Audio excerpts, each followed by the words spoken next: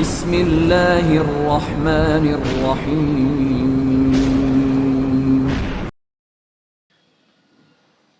भेद असरार से भरा एक हैरत अंगेज नावल। फिर ज्यादा वक्त नहीं गुजरा था कि रीटा ग्रोचर इस पर नाजिल हो गई। इसने कहा, हेलो, क्या तुम बीमार हो? नहीं, मैं डॉक्टर हूँ, कमरान ने जवाब दिया। तुमने पूछा नहीं कि मैं तुम्हें बीमार क्यों कह रही हूँ? रीटा ने कहा। इसलिए कि तुम खुद बीमार हो रीटा ग्रोचर, कमरान ने इस बार किसी कदर तल्ख लहजे में कहा। मेरी सेहत बेमिसाल है, लोग मुझे मेरी शानदार सेहत की मुबारकबाद दिया करते हैं, रीटा बोली। तो फिर मैं क्या करूं? कामरान ने कहा। तुम अजीब आदमी नहीं हो, अजीबो गरीब बातें करते हो, रीटा बोली। देखिए मिस रीटा ग्रोचर, नील ग्रोचर बहुत अच्छे आदमी हैं। मैं नहीं जानता कि मैं नहीं चाहता कि आपके साथ कोई तल्ख बात करके उन्हें कोई तकलीफ पहुंचाऊं। वैसे मैं बहुत जल्द आप लोगों का साथ छोड़ दूंगा।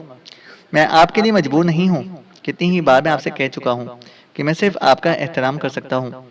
आपने जो मोहब्बत की बात की है वो मेरे लिए एक अहमकाना बात है।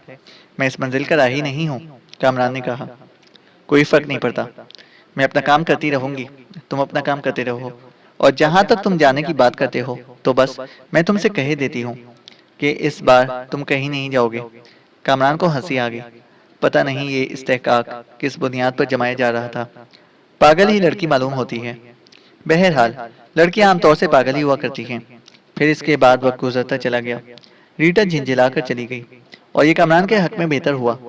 रात का खाना खाया गया और इसके बाद इन आवारा गर्दियों से लुत्फ अंदोज होने के लिए हर शख्स मसरूफ हो गया। दूसरे दिन यहाँ के बारे में खासी मालूमात हासिल की गई। गुरुचन और बमल कामरान से बहुत ज्यादा मानूस थे। गुरुचन अपने तौर पर काम कर रहा था। इसने कामरान को यहाँ के बारे में मालूमात फराहम की। वो कहने लगा, 18वीं सदी में गोरखों ने सल्तनत नेपाल की बुनियाद रखी थी। इससे पहले तेराकोट टेम्पुरांग की बादशाहत का सदर मकाम था, जिसके मायने तिब्बती जबान में खुशबूदार पानियों की वादी है। इस वादी के बासी तिब्बत की पुरस्सरार रिवायत के अमीन हैं। बहुत अच्छी जगह है ये, और यहाँ के लोग भी बहुत ज्यादा खुश इखलाक हैं। आज ऐसा करो, तुम मेरे साथ दिन गुजारो। बमल भी यही कह रही थी कि इन लोगों ने तो तुम पर कब्जा ही जमा लिया है। गुरुचन की जिंदगी के जो वाकयात कामरान के इल्म में आए थे, उन्होंने गुरुचन की शख्सियत को किसी और की निगाहों में कोई हैसियत दी हो या ना दी हो, लेकिन कामरान इससे बहुत ज्यादा मुतासिर था। बारहा इससे महसूस किया था कि अगर कर्नल गुलनवाज इस वक्त मिल जाएं और आगे के मंसूबे तय हो जाएं, तो गुरुचन इनका बेहतरीन साथी साबित हो सकता है। लेकिन अब ये सारी सोच एक कहानी जैसी शक्ल इख्तियार कर गई थी। कर्नल गुलनवाज या तो खुद इसे खो बैठे थे, या फिर इनके दरमियान इतने फासले हो गए थे कि शायद अब कभी मुलाकात ना हो सके। ऐसे हालात में खुद पर इन्हिसार करना जरूरी होता है। और बाकी जहां तक मामला थे, इन पुरस्कार वाकयात के जो इस दौरान पेश आए थे, तो लाखों इंसानों की जिंदगी में लाखों वाकयात हुआ करते हैं, और कभी कभी उम्र की आखिरी मंजिल तक इनकी कोई तवज्जो नहीं होती। यह आसानी है कि आगे पीछे कोई नहीं है, चुनाचा कहीं भी वक्तगुजारी की जा सकती है। गर्शक और सबिता ने एक वार्निंग दी थी, लेकिन जिस तरह दूसरे बहुत से पुरस्कार मामलात में कामरान ने अपने आप को वक्के धारे पर छोड़ दिया था, इसी तरह इस पेशिन गोई का भी मसला था। जरूरी नहीं है कि लकीर का फकीर रहा जाए। अब आगे अपने तौर पर भी कुछ करना है। बहुत से अच्छे दोस्त और साथी पीछे रह गए थे, लेकिन तकदीर जो फैसले करती है वही मुनासिब होता है। रीटा ग्रोचर वैसे तो बुरी नहीं थी, लेकिन इसकी जो अहमकाना बात थी वो जरा नाकाबिले फहम थी, और इसका कोई मुनासिब जवाब नहीं दिया जा सकता था। जाहिर है नील ग्रोचर जो कुछ भी थे, कामरान पर इनके कोई असरात नहीं थे। अगर इनका सहारा सिर्फ इसलिए तलाश किया जाता कि एक बड़े आदमी का साथ हासिल हो जाएगा, तो कर्नल गुलनवाज इससे अच्छी और बड़ी हैसियत का आदमी था। बहरहाल ये सारी बातें जहन में आईं और वो उलझ जाता, लेकिन फैसला इसने यही किया था कि कहीं से भी अपने रास्ते अलग करेगा। कोई मुश्किल काम नहीं था। धरघरी अच्छा खासा शहर था, और वहाँ बुद्ध आबादी बड़ी जबरदस्त थी। देखने से खुशी हुई थी। खेल तमाशे और अजीब अजीब तरह के करतब इन लोगों की जिंदगी का एक हिस्सा थे। आमतौर से रीटा ग्रोचर कामरान का पीछा करती रहती थी। इस वक्त भी वो अचानक ही नाजिल हो गई थी। क्या कर रहे हो? इसने तहकमाना अंदाज में पूछा। झक समझती हैं आप? कामरान बोला। झांक? झांक नहीं, झक, कामरान बोला। नहीं, मैं नहीं जानती, हमारे यहाँ नहीं होती, रीटा ग्रोचर ने कहा। खैर, होती तो हर जगह है। अब ये अलग बात है, तरीका इस्तेमाल अलग अलग होते हैं, कामरान ने कहा। तो फिर मतलब क्या है इस बात का? रीटा बोली। मेरा मतलब ये था कि झक मार रहा हूँ, कामरान बोला। ओहो, रीटा ग्रोचर इधर उधर देखने लगी। वो शायद मरी हुई झक तलाश कर रही थी। कामरान को हंसी आ गई तो वो बोली, मजाक कर रहे हो ना? आओ इस तरफ चलते हैं। सिद्धार्थ फार्म है, आओ ना प्लीज। वो जगह बड़ी खूबसूरत और सुनसान है। कामरान खामोशी से उसके साथ चल पड़ा। अतराफ के मनाज़िर नुमाया थे। बाएं सिमत एक मकान बना हुआ था, जिसका निचला हिस्सा भेड़ बकरियों और दूसरे मवेशियों का इस्तबल था। लकड़ी की सीढ़ी बालाई मंजिल तक जाती थी। वहां सामने एक लंबा चौड़ा कुत्ता बंधा हुआ था। दूसरे छोटे जानवर नीचे और चूजे बालाई मंजिल पर मकीनों के साथ क्याम पजीर थे। छज्जे के बांसों पर जानवरों के संगी सर नसब थे, जिनके साथ भेड़ की खालें, तोंदे और खुश्क गोश्त के टुकड़े लटक रहे थे। सिद्धार्थ फार्म बुद्धा के एक बहुत बड़े और बोसीदा मुजस्मे को कहा जाता था, जो आबशार से बने जो आबशार से बनने वाले एक छोटे से दरिया के किनारे था। रीटा इधर ही कामरान को लेकर जा रही थी और दोनों तोहफे नुमा खेतों में से होते हुए उसी सिमत में चल रहे थे। खेतों में चार मुख्तलिफ इकसाम के पौधे नजर आ रहे थे। बीच में फलियां और लौकी की बेलें फैली हुई थीं। दरिया के करीब ही हिमालयाई लंगूरों का एक गिरोह सुर्खो जवार के खेतों को तबाह कर रहा था। छोटे छोटे बच्चे माओ की गर्दनों से लिपटे हुए थे। गौतम के बड़े मुजस्मे के बाएं सिमत रीटा ने एक जगह मुंतखब की और इसका हाथ पकड़कर इस जगह बैठ गई। कहो, कैसा वक्त गुजरा है? रीटा बोली। बहुत बुरा, कामरान ने जवाब दिया। तुम जिंदगी को दिलकश बनाना नहीं जानते, रीटा ने कहा। मेरी जिंदगी की दिलकशी सिर्फ और सिर्फ तन्हाई है, कामरान बोला। देखो, मैं सच कह रही हूँ। अगर मैं तुमसे बोर हो गई तो तुम्हारी तरफ रुख भी नहीं करूंगी। कामरान दिल ही दिल में सोचने लगा कि इसमें कितना वक्त लगेगा। काश आप मुझे ये बता दें। अभी ये लोग बातें ही कर रहे थे कि उन्होंने नील ग्रोचर को देखा, जो ऊंट की तरह मुंह उठाए इधर उधर देखते हुए चले आ रहे थे। डैडी, ये इधर कहाँ से आ गए? रीटा ग्रोचर ने कहा। बहरहाल कामरान और रीटा खुद ग्रोचर के सामने आए। नील ग्रोचर के अंदाज में एक अजीब सी बेचैनी पाई जाती थी। हेलो, सॉरी मैंने तुम लोगों को डिस्टर्ब किया, मगर सूरत हाल कुछ अजीब सी पेश आ गई है। खैरियत? कामरान ने पूछा। आओ बैठो बैठो, बड़ा अच्छा हुआ कि तुम इस अंदाज में मिल गए। गुरुचंद पर मेरा एतमाद करने को दिल चाहता है, लेकिन न जाने क्यों मैं इससे इतना घुल मिल नहीं पाता। हालांकि अच्छा आदमी है वो। इस वक्त हम एक मुश्किल का शिकार हो गए हैं। क्या मिस्टर ग्रोचर, मैं इस सिलसिले में आपकी कुछ मदद कर सकता हूँ? कामरान ने कहा। इसलिए मैं तुम्हें तलाश करता फिर रहा था। तो मुझे ज़ेरे का आदमी मालूम होते हो, कोई मशवरा दो, ग्रोचर ने कहा। जी फरमाइए। असल में शुरू ही से मैं एक शख्स से जो मेरे इस ग्रोह में शामिल है थोड़ा सा खौफजदा था। हमने जब इन इलाकों में आने का प्रोग्राम बनाया तो सिर्फ चंद मखसूस लोगों को अपना साथी मुंतखब किया। वो लोग थे जो मुहिम जोई से अच्छी तरह वाकिफियत रखते थे और खुद फितरी तौर पर समझदार लोग थे। मैं अब तुम्हें ये खुलकर बता दूं डियर कामरान कि हम लोगों को एक खजाने के बारे में मालूमात हासिल हुई थी और हम इसी के चक्कर में यहाँ आए थे। जब हमने इधर आने का फैसला किया तो एक शख्स से हमारी मुलाकात हुई। तुमने इस गोल चेहरे वाले आदमी को देखा होगा जिससे मैंने तुम्हारा बाकायदा तारुफ नहीं कराया था। हालांकि ये एक तहजीबी की बात थी, लेकिन हकीकत ये थी कि वो शख्स कुछ इस तरह हमारे दरमियान घुसा है कि मैं बयान नहीं कर सकता। इस वक्त इसके साथ दो और आदमी थे। मैं नहीं चाहता था कि वो हमारे साथ सफर करे, लेकिन न जाने क्या हुआ। मैं तो ये समझता हूँ कि वो अपनाटिज्म का माहिर है और इससे मुझे अपने ट्रांस में ले लिया और मैं इसे अपने साथ लाने पर मजबूर हो गया। कौन है वो शख्स? कामरान ने सवाल किया। वही गोल सा चेहरा है जिसका, पतले पतले भेंचे हुए होंठ। और कामरान को वो शख्स याद आ गया। वाकई इससे तो तारुफ ही नहीं हुआ था, नील क्रोचर ने कहा। वो वॉलिश है, वॉलिश क्रेगर। कामरान के जहन को एक शदीद सा झटका लगा। ये नाम इसके लिए अजनबी नहीं था। गजल सनाई और शऊरा सनाई ने इसकी भरपूर कहानी सुनाई थी और शायद ये इस कहानी का असर था कि पहली निगाह में कामरान को देखकर एक अजीब सा शौक सा लगा था, लेकिन इस बात को इसने इत्तेफाक पर महमूल किया। ये शख्स वॉलिश है। गजल सनाई की सुनाई हुई कहानी तो बड़ी पुरस्कार थी। वाकई ये शख्स हिप्नोटिज्म का माहिर भी था और इन इलाकों से इसकी कोई पुरस्कार शनासाई भी थी। तो क्या ये इसलिए सफर कर रहा है? इसके ख्यालात का तिलिस्म में सर नील ग्रोचर के इन अल्फाज ने तोड़ा। मैं तुम्हें यकीन दिलाता हूँ कि इस शख्स को अपने साथ लाने में मेरा अमल दखल बिल्कुल भी नहीं था। यह खुद ही इन दो बेवकूफ आदमियों के साथ मेरे पीछे लग गया और शायद मैंने इखलाकन इसे बर्दाश्त भी कर लिया, जबकि हम जहनी तौर पर इससे कतई मुताबिकत नहीं खाते। खैर, बात इसकी कुछ भी नहीं है, लेकिन अब अचानक ही यहाँ धर घरी में इसकी टीम के कुछ और अफराद मिले हैं जिनका इससे पहले कोई भी तस्करा नहीं किया था। लेकिन इत्तेफाक की बात यह है कि इन अफराद को मैं जानता हूँ। कौन? कामरान बोला। इनमें से एक गॉर्डन है। ये गॉर्डन बहुत ही खतरनाक आदमी है और ये दूसरे दो आदमी जो हैं वो बहुत बड़े गुंडे हैं और यूरोप के एक शहर में इनका क्लब चलता है। नील ग्रोचर ने कहा। तो यहाँ ये क्या करने आए हैं? कामरान ने पूछा। मैं तुम्हें गॉर्डन के बारे में बताऊं? ये गॉर्डन जो है अफ्रीकी मिजाज है, देव का देव है, बड़े खतरनाक लोगों में शामिल है। फ्रांस की एक जेल में ये तीनों यकजा हुए थे और पता नहीं वॉलिस से इनका राब्ता कैसे कायम हो गया। नील ग्रोचर ने कहा। तो फिर क्या हुआ? कामरान बोला।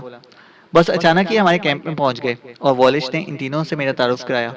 मैं बिल्कुल इत्तफाकी तौर पर इन तीनों को जानता हूँ, लेकिन मैंने इनसे शनासाई का इजहार नहीं किया। गॉर्डन, हैग और पोकर ये तीनों खतरनाक आदमी हैं और मैं नहीं जानता कि इनकी मौजूदगी के बाद हमारे इस छोटे से ग्रुप में क्या हो जाए।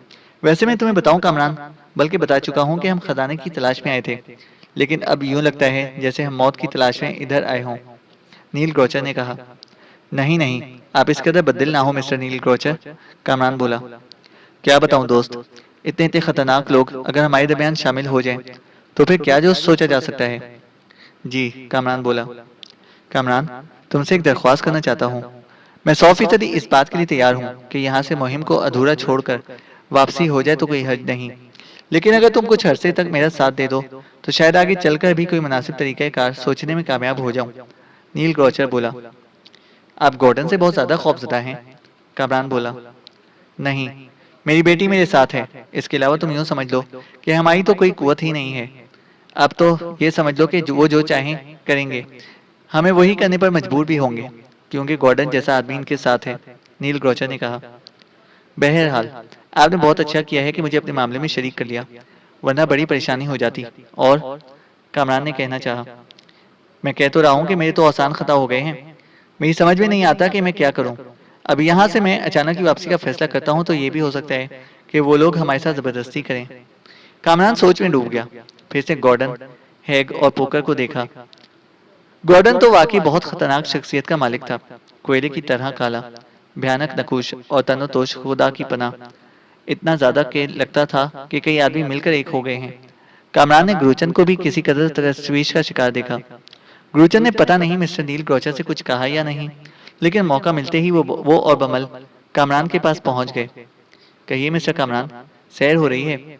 आइए मैं आपको बुद्ध इबादत गाहों के बारे में बताता हूँ। कामरान ने आमादगी का इजहार कर दिया तो ग्रोचन इसके साथ आगे बढ़ते हुए बोला। इन लोगों का तरीका इबादत बहुत दिलचस्प है, लुत्फ आता है। यहाँ धरघड़ी में भी इनकी एक बड़ी इबादत गाह है जो ज्यादा दूर नहीं है और ये इबादत का वक्त भी है। क्या ख्याल है, चलें? क्रूचर ने इस दौरान पहले ऐसी कोई बात नहीं कही थी। कामरान को अंदाजा हो गया था कि वो पहले कुछ कहने वाला है। बहरहाल, वो तीनों चल पड़े। कैंपन से तकरीबन 3 मील दूर जाकर रास्ता तेजी से ऊपर की तरफ मुड़ जाता था। बाएं सिमत के आखिरी रास्ते की ढलान पर एक अजीम खानकाह नजर आ रही थी। लोग सुर्ख टोपियों में मलबूस जोक द जोक इस खूबसूरत खानकाह की तरफ बढ़ रहे थे। खानकाह तक पहुंचने का रास्ता एक चूबी पुल से गुजरता था जो एक गहरी खाई पर बना हुआ था। पुल पर से गुजरते हुए कामरान ने खाई पर नजर डाली और इसके बदन में एक सर्द सी लहर दौड़ गई। खाई बहुत गहरी थी। नीचे देखते हुए बहुत खौफ आता था। गुरुचन कहने लगा, इस खानकाह में दिन रात पूजा होती है और ये बाहर से आने वालों के लिए बहुत मुकद्दस है। यहाँ हमेशा ही मुजमा रहता है।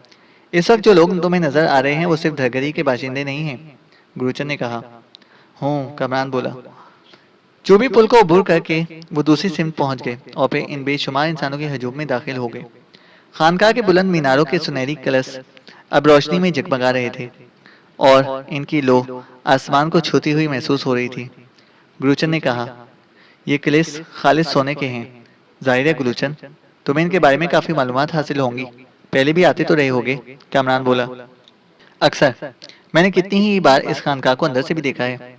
यहाँ इतना सोना और जवाहरात है कि अगर यूरोप के डाकुओं को मालूम हो जाए तो जान की बाजी लगा दें। गुरुचन ने कहा। तो क्या कभी इस खजाने को हासिल करने की कोशिश नहीं की गई? कामरान ने पूछा। मुमकिन ही नहीं है। मुकद्दस रूहें इन जवाहरात की हिफाजत करती हैं और इनके बारे में बड़ी बड़ी कहानियां मशहूर हैं। कामरान की निगाहें चारों तरफ भटक रही थी। रंग बिरंगे मुतबर्रक झंडे और फिर खानकाह के बाएं सिमत की वादी, यहाँ लातादाद बुद्ध भक्षु जमा थे और इन सब के हाथों में इबादत के चरखे नजर आ रहे थे। आओ, मैं तुम्हें अंदर से दिखाऊं। इबादतगाह में दाखिल होने पर कोई पाबंदी नहीं है, गुरुचंद ने कहा। बहुत रश है, कामरान बोला। देखोगे तो खुश हो जाओगे अंदर का मंजर। और फिर गुरुचंद, बमल और कामरान किसी न किसी तरह अंदर दाखिल हो ही गए। हालांकि अंदर भी इंसानों का एक समंदर मौजूद था, लेकिन बेहद सुकून था। सिर्फ मंत्र पढ़ने की सरगोशियां सुनाई दे रही थीं।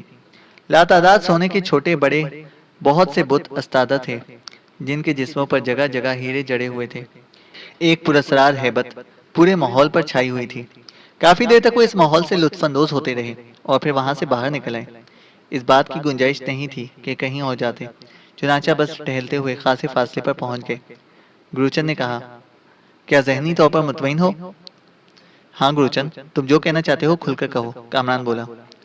मुझे अंदाजा था तुम रहीन आदमी हो। असल में मैं और बमल अब इस वक्त खासे परेशान हो गए हैं, गुरुचंद बोला। क्यों? तुमने इन 3 नए मेहमानों को देखा, जिनके बारे में मिस्टर नील ग्रोचर बताते हैं कि वो वॉलिश के मेहमान हैं। और वॉलिश वो आदमी है जिस पर अगर गौर से निगाह डालो तो तुम्हें एक कमर टूटता हुआ सांप महसूस होगा। कामरान के होठों पर मुस्कुराहट फैल गई।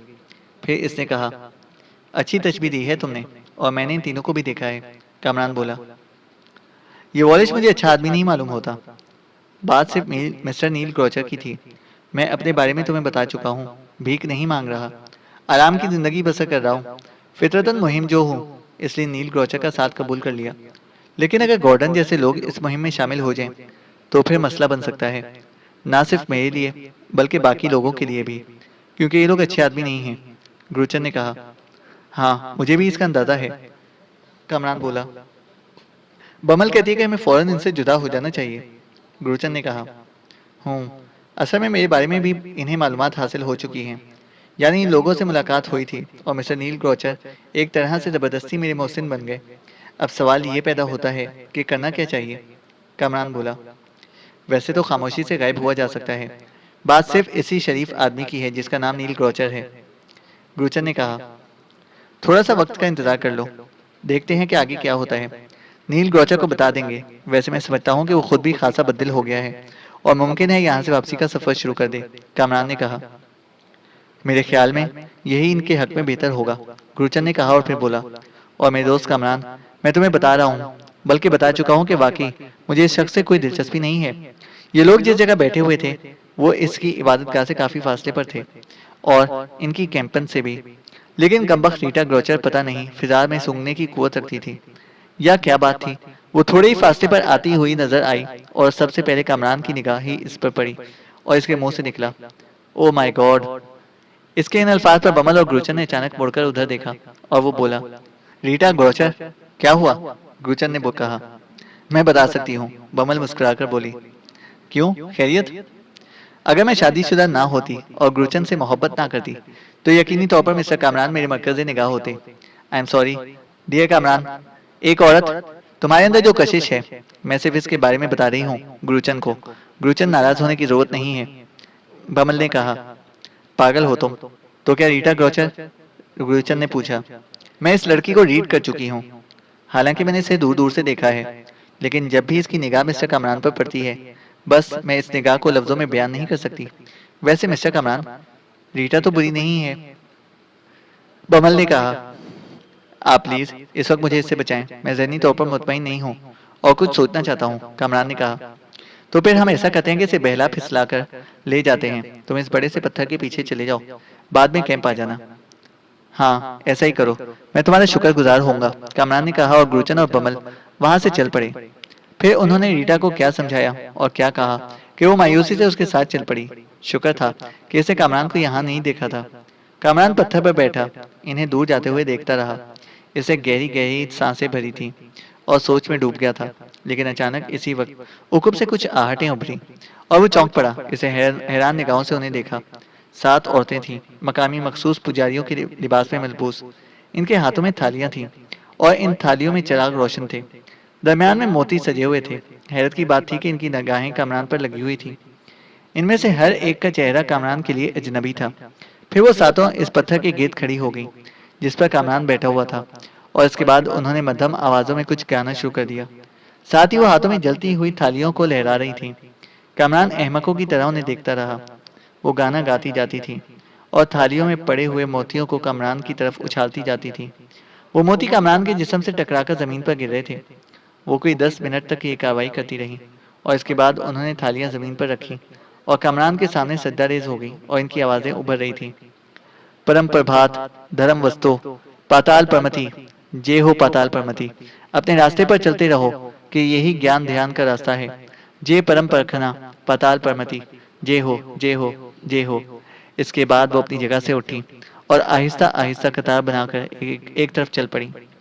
कामरान को जैसे सख्ता सा हो गया था। वो इस अहमकाना तर्ज अमल पर गौर कर रहा था। ये क्या चक्कर है? वो सातों औरतें कतार बनाते हुए आगे बढ़ती ही रहीं। इसके बाद इसी इबादतगाह में दाखिल हो गई। यहाँ से इबादतगाह साफ नजर आ रही थी। कामरान अहमकाना अंदाज में बदस्तूर उसे देखता रहा। फिर अचानक ही उसे खांसी की आवाज सुनाई दी और फिर वो उछल पड़ा और जब इसे पलट कर देखा तो इसे वॉलिश खड़ा हुआ नजर आया। न जाने क्यों इसे देखकर कामरान के दिल पर खौफ की एक लकीर सी बन गई। वॉलिश कड़ी निगाहों से कामरान को घूर रहा था और फिर इसके पतले होंठों पर मुस्कुराहट फैल गई। ये पाताल परमति, ये परम परखना, इसने कहा और कहकहा लगाकर हंस पड़ा। फिर वो जमीन पर झुका और इसने जमीन पर पड़े हुए मोती उठाए और उन्हें हथेली पर रखकर करीब करता हुआ बोला, जानते हो मुहज्जिब दुनिया में इस एक मोती की क्या कीमत होगी? मैं समझता हूँ कि कम से कम $100। और कितने मोती तुम पर निछावर किए गए हैं? कुछ अंदाजा हो रहा है इनका? वैसे इजाजत दो तो इन मोतियों को समेट लूं। ये हम दोनों की मुश्तरका मलकियत है। तुम चाहो तो इनके बदले में तुम्हें इनकी आधी कीमत दे सकता हूँ, यानी $100 फी मोती के हिसाब से, $50 फी मोती। तुम्हारा, बोलो सौदा करते हो? कामरान चौंक गया और इसने कहा, हेलो मिस्टर वॉलिश, वेरी गुड। अच्छा आगाज किया है तुमने। मेरा ख्याल है कि हम दोनों पहली बार मुखातिब हो रहे हैं और मैं हैरान हूँ कि मैंने अब तक तुम्हें क्यों नजरअंदाज किए रखा। वाह, बड़ा खुशकिस्मत है नील ग्रोचर कि जिस तरह भी सही इसे तुम जैसे आदमी का साथ मिला। असल में इंसान अंधा होता है, बल्कि अकल का अंधा होता है और वो हर चीज पर कादिर नहीं हो सकता। कभी ख्याल ही नहीं आया। चलो ठीक है। वो मोती चुन रहा था। काफी तादाद थी इन मोतियों की, लेकिन कामरान ने इनमें से एक मोती के को भी हाथ नहीं लगाया। वॉलिश ने सारे मोती जमा कर लिए और इन्हें एहतियात से अपनी जेबों में मुंतकिल करने लगा। सौदा बराबर का है और मेरी पेशकश कायम है, लेकिन बराहे करम इन मोतियों का जिक्र किसी और से मत करना, वरना इस हंगामे का आगाज अभी हो जाएगा जो बाद में होना है। वॉलिश ने कहा, आपने सारे मोती उठा लिए मिस्टर वॉलिश? हाँ, इनमें से आधे तुम्हारे हैं। मोती रखना चाहते हो तो मोती रख लो, मुझे कोई एतराज नहीं। लेकिन बस एक दरख्वास्त है तुमसे, किसी को इनके बारे में कुछ नहीं बताओगे। कामरान के जहन में एक बिजली सी कौंध गई। अब वो इस कदर बेवकूफ़ भी नहीं था कि किसी भी चेहरे को देखकर हिमाकत का शिकार हो जाता और खौफ से सुकड़ जाता। हालांकि कजल सनाई ने इस शख्स के बारे में जो कुछ बताया था वो बहुत सनसनीखेज और पुरस्कार था, और फिर ताज़ा तरीन रिपोर्ट इसके बारे में नील गौचर ने दी थी। गॉर्डन उसके दोनों साथी इसके गुलाम थे। वॉलिश ने कहा, क्या ख्याल है, क्या हम दोस्ताना अंदाज में बैठकर बात कर सकते हैं? मैं आपका एहतराम करता हूँ मिस्टर वॉलिश, हालांकि मेरा आपसे कभी बाकायदा तारुफ नहीं हुआ, लेकिन बहरहाल मुझे मालूम है कि आप मिस्टर नील ग्रोचर की टीम के एक बाइज्जत मेंबर हैं। कामरान ने फौरन ही चोला बदल लिया, लेकिन वॉलिश शैतानी अंदाज में हंस पड़ा। फिर बोला, नहीं, मैं नील ग्रोचर की टीम का कोई बाइज्जत मेंबर नहीं हूँ, बल्कि जबरदस्ती इसकी टीम में शामिल हुआ हूँ और वो मुझसे खौफ है। मेरे सामने इस किस्म का कोई तस्करा नहीं हुआ। मैंने तो आप सबको यकजा ही देखा है, कामरान ने जवाब दिया। आओ, अगर मुनासिब समझो तो मेरे साथ मेरे खेमे में चलो, मगर नहीं, खेमे में तुमसे बातचीत मुनासिब नहीं होगी। खुली जगह की बात ही और है। दोस्त और दुश्मन निगाहों के सामने रहते हैं, वॉलिश बोला। आपकी मर्जी है मिस्टर वॉलिश, कामरान ने कहा, और वॉलिश इसे काफी फासले पर ले गया। गुरुचंद बमल के साथ चहलकदमी कर रहा था। इससे कई बार निगाहें उठाकर उधर देखा था, लेकिन ना तो वॉलिश ने और ना कामरान ने इस जानिब तवज्जो दी। वॉलिश ने उसे अपने सामने बिठाते हुए कहा, हाँ दोस्त, मुझे अपने दूसरे रुख के बारे में बताओ। दूसरा रुख? कामरान बोला, मेरा मतलब है माजी में तुम क्या थे और क्या करते रहे हो। कामरान अब बाहर के माहौल का अच्छी तरह आदी हो गया था, और ख़ास तौर से इस साई दास्तान में जिस तरह इसे नई नई तब्दीलियों का सामना करना पड़ रहा था, उन्होंने इसे खासा तेज कर दिया था। एक लम्हे में इसे अपने बारे में एक कहानी घड़ ली और बोला, कुछ नहीं करता रहा हूँ मिस्टर वॉलिश, बस यूं समझ लीजिए कि एक नाकाम जिंदगी गुजारता रहा हूँ। कामरान बोला, नहीं, टालने वाली बात मत करो, तुम्हारे बारे में मालूमात बहुत ज़रूरी हो गई हैं। अगर तुम्हारे बारे में कुछ इंकशाफात करूँ तो तुम हैरान रह जाओगे, लेकिन वो वक्त से पहले होंगे। पहले तो मुझे अपने बारे में बताओ, वॉलिश ने कहा। बस ये समझिए मिस्टर वॉलिश, एक यतीम खाने में होश संभाला। वालदैन के बारे में कुछ पता नहीं था। थोड़ी जिंदगी गुजारने के बाद वो जगह छोड़ दी। छोटे मोटे काम करता रहा। जिंदगी गुजारने के लिए जो भी तरीका कार मुमकिन हुआ वो किया। फिर दिल में ख्याल आया कि तकदीर आजमाई करूं, और मुमकिन है कि कुछ ऐसी चीजें हाथ लग जाएं जो मुस्तकबिल संवारने में मदद दे। एक दोस्त ने खजाने के बारे में बताया। वो अपने साथ लेकर चल पड़ा और इसने मुझे पेशकश की कि अगर खजाना हासिल हो गया तो वो इसका 10% मुझे भी दे देगा। मैं तो था ही इस लालच का शिकार कि जिंदगी गुजारने के लिए कुछ हासिल हो जाए। इसके साथ चल पड़ा। गैर कानूनी तरीके इस्तेमाल किए गए। वो मारा गया और मैं इन इलाकों में भटकने लगा। बस ये कहानी है। वॉलिश गौर से कामरान की सूरत देख रहा था। फिर इसने कहा, तो तुम्हें अपने मरकज के बारे में कुछ मालूम नहीं? मरकज? कामरान बोला, हाँ, मेरा मरकज तो कुछ भी नहीं है। कामरान ने कहा, है। वॉलिश अजीब से अंदाज में बोला और कामरान सवालिया अंदाज में उसे देखने लगा। फिर इसने कहा, अगर है तो कम से कम मैं इसके बारे में नहीं जानता। कामरान ने कहा, मगर मैं जानता हूँ, वॉलिश ने कहा। और एक लम्हे के अंदर अंदर कामरान को अपने बदन के अंदर चूंटियां सी रेंगती हुई महसूस हुई। वो सवालिया निगाहों से वॉलिश को देखने लगा तो वॉलिश ने कहा, एक मिनट रुको। और इसके बाद वॉलिश ने अपने सामान में से एक चुर्मी बैग निकाला। बैग को खोला और इसमें से एक पैकेट निकाला। इस पैकेट में कुछ तस्वीरें मौजूद थीं। वो तस्वीरें निकालकर इसने कामरान के सामने की और कामरान इन तस्वीरों को देखने लगा। अपने असाब पर काबू पाना मुश्किल होता है, लेकिन कामरान को अब इसमें काफी मशक भी हासिल हो गई थी, और ख़ास तौर से इसे वॉलिश जैसे गिद्ध के सामने अपने तासरात को कंट्रोल करना नाकाबिले यकीन था। लेकिन फिर भी इसने अपनी भरपूर कोशिश की और अपने चेहरे को सादा ही रहने दिया। जो तस्वीर इसे नजर आई थी वो अमीना सल्फा की थी, लेकिन अजीब से अंदाज में कि वो एक मलका का लिबास पहने हुए थी और इसके हाथ में एक सांप लिपटा हुआ था। वॉलिश ने कहा, यह अना तूसिया है, एक अनोखा और पुरस्कार किरदार जिससे इन इलाकों में हमारी मुलाकात हो सकती है, बल्कि मुलाकात यकीनी है। मगर ये लिबास, क्या ये कहीं की मलका है? कामरान ने पूछा। जमाने कदीम के इन राजों की गुत्थी खोलना ही तो असल मसला है, और जब ये राज खुल जाएंगे तो तुम ये समझ लो मेरे दोस्त कि वक्त में बड़ी तब्दीलियां पैदा हो जाएंगी। खैर, ये देखो। इसे दूसरी एक तस्वीर निकालकर कामरान के सामने कर दी।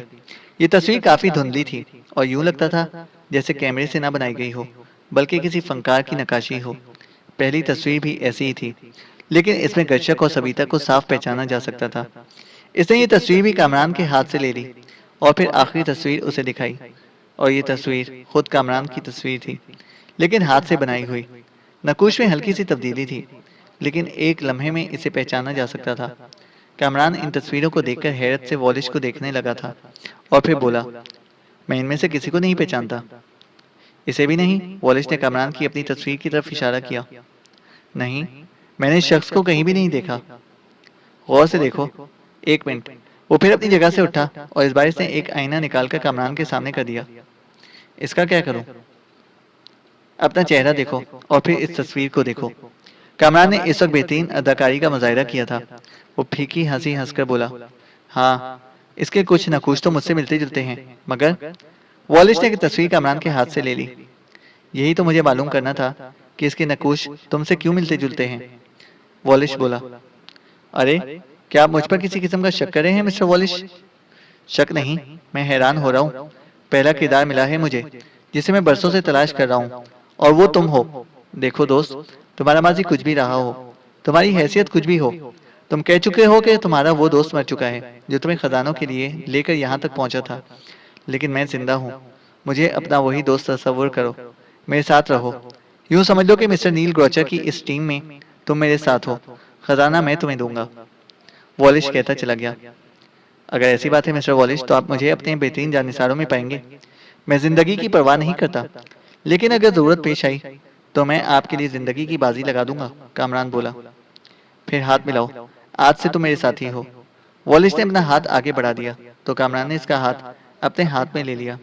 अचानक ही इसे महसूस हुआ जैसे हाथ बर्फ की तरह सर्द है, लजल लजलजा और बेजान, जैसे किसी इंसान का हाथ ही ना हो। इसने अपने असाब पर काबू पाना सीख लिया था और अब वो हर किस्म का शौक बासानी बर्दाश्त कर सकता था।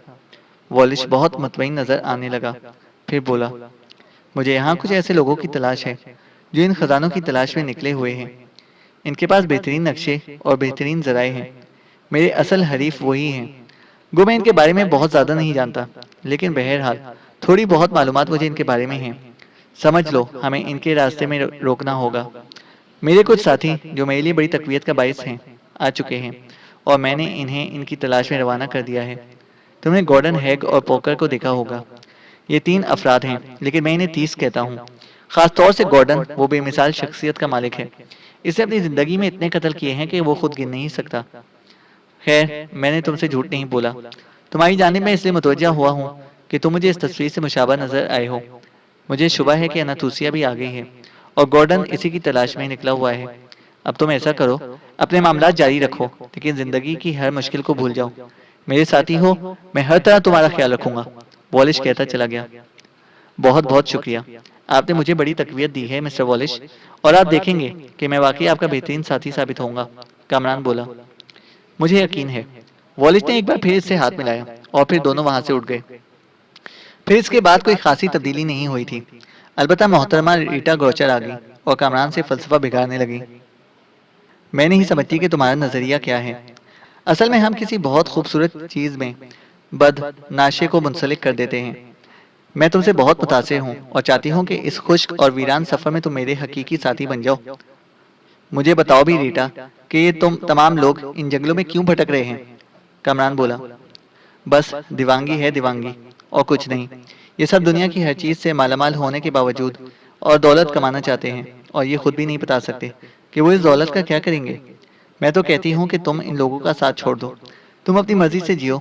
मैं तुम्हें पसंद करने लगी हूँ। यूँ समझ लो, मैं तुम्हें हर चीज़ दूंगी। जिंदगी बेहतरीन हो जाएगी। रीटा ग्रोचर ने कहा।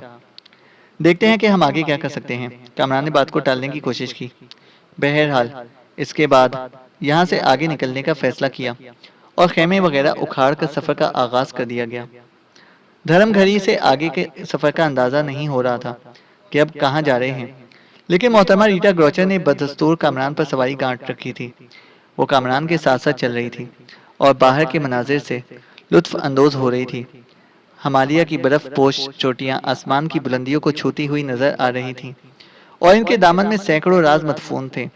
इस वक्त ये लोग जिस सड़क से गुजर रहे थे वो काफी कुशादा और खूबसूरत बनी हुई थी। दोनों तरफ खेतों का सिलसिला फैला हुआ था और इनके पस मंजर में दरख्तों के झुंड नजर आ रहे थे। सर सब्ज शादाब इलाका जो निगाहों को खुद में जज्ब कर लेता था। रवाना होने से कबल वॉलिश ने कामरान को एक जदीद साख्त का पिस्तौल दिया और कहा था, ये वक्त की सबसे बड़ी ज़रूरत होती है और इससे बड़ी तकवीत रहती है। तुम खुद समझदार लड़के हो, जानते हो कि हथियार कब और किस जगह इस्तेमाल किए जाते हैं। कामरान को वाकई से तकवीत हासिल हुई। पूरे दिन सफ़र जारी रहा। जगह जगह खानकाहें नजर आती थीं। कई छोटी छोटी बस्तियां इस सड़क के किनारे आबाद थीं। पता नहीं ये लंबी सड़क कहाँ जाती होगी। इसके बारे में कम से कम कामरान को कुछ मालूम नहीं था। तय ये किया गया कि इसके बाद तंगोलिया तक पहुंचा जा सकता है। पूरा दिन सफर जारी रहा था और इसके बाद तारीकी आहिस्ता आहिस्ता झुकती चली आई थी। मिस्टर नील ग्रोचर रास्ते में के बारे में कामरान को बताते जा रहे थे। उन्होंने कामरान से कहा, और इसके बाद हमारा सफर इस खानकाह तक जारी रहेगा जो तंगोलिया के रास्ते समी जाती है। मैं तुम्हें इस खानकाह के बारे में बताऊं, ये एक घाटी से गुजरने के बाद किसी कदर बुलंदी का सफर करती नजर आएगी। ये खानकाह इन इलाकों में बड़ी हैसियत रखती है और ज़ायरीन यहाँ काफ़ी तादाद में आते हैं। इसके साथ साथ ही वो लोग भी जो इस किस्म के मामलात में दिलचस्पी लेते हैं। बहरहाल इसके बाद का सफ़र खासी तेज़ी से तय किया गया था और फिर रोशनियां नज़र आने लगी थीं। ये खानकाही की रोशनियां थीं और इनके आगे ज़ायरीन के कैंप लगे हुए थे। इन लोगों ने भी यहीं कैंप किया और यहाँ की रौनक देखने लगे। खाने पीने का बंदोबस्त भी किया गया। चैनल को सब्सक्राइब करें और बेल आइकन को प्रेस करें ताकि हमारी हर अपडेट आपको बर वक्त मिल सके।